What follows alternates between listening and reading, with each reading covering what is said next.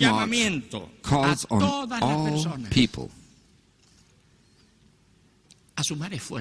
to join forces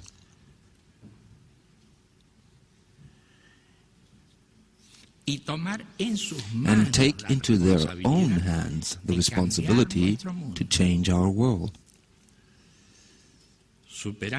overcoming personal violence and supporting the growth of this possible influence in their immediate environment. During all this time, in many cities and towns, marches are being held, festivals, forums, conferences, and other events to create consciousness of the urgent need for peace and non-violence. And throughout the world, the campaigns of endorsement of the march are spreading this signal beyond what had been imagined until this moment. For the first time in history, an event of this magnitude has been set in motion by the participants themselves.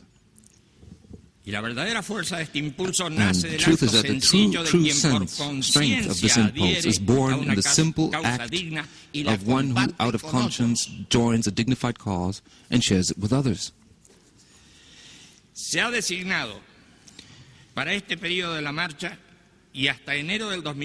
During the march and until January of 2010, when the humanist movement will be restructured, Rafael de la Rubia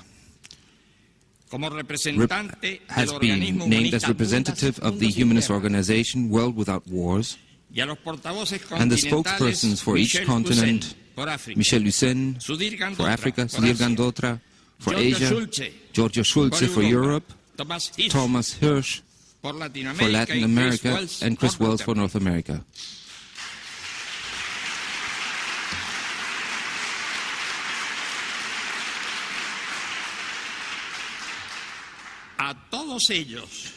All of them have received the task of receiving from the Nobel Peace Laureates at this Berlin summit the Charter for a World Without Violence,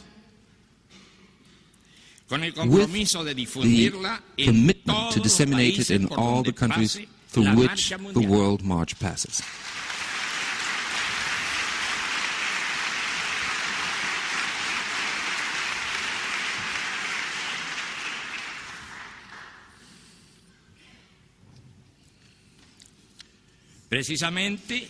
Precisely, in this charter are embodied the principles to which people of goodwill in all latitudes can subscribe.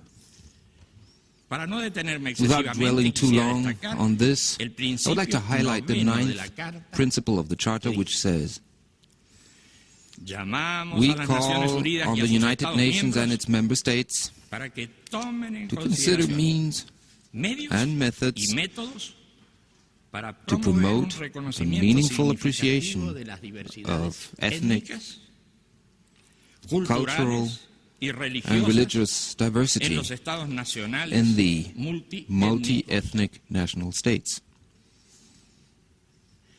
The moral principle for a non-violent world is treat others as you want to be treated.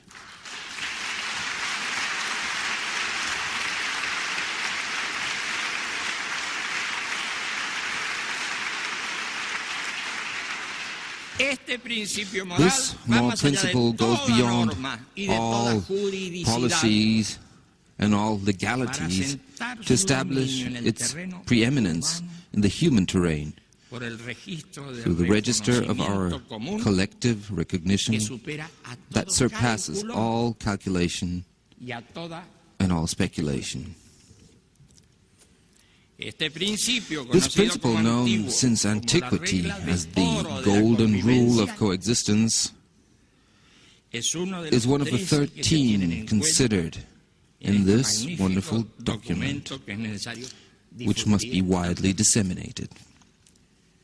In addition, we must not let pass some topics that will allow a greater understanding of our activities in the field of nonviolence. It is evident that the negative preconceptions towards us were born and developed in South America during our sustained, nonviolent struggle against the military dictatorships there. It is clear that the discrimination we suffer in various fields stems from the systematic disinformation and defamation to which we were subjected for decades in our home countries like Argentina and Chile. Dictatorships and their organs of disinformation were spinning their web since the times when our activists were prohibited, they were imprisoned, deported and killed.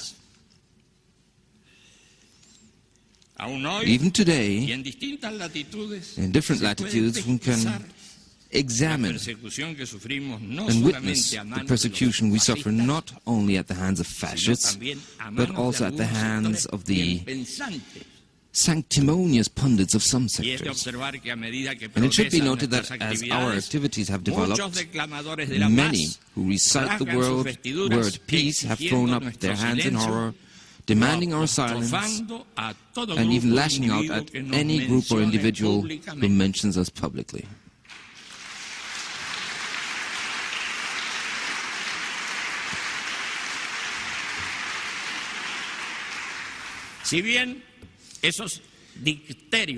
Even though these insults are a thing of the past, today they continue denigrating nonviolence action, arguing that beyond making declarations, nothing more can be done in the face of the real powers that determine world situations.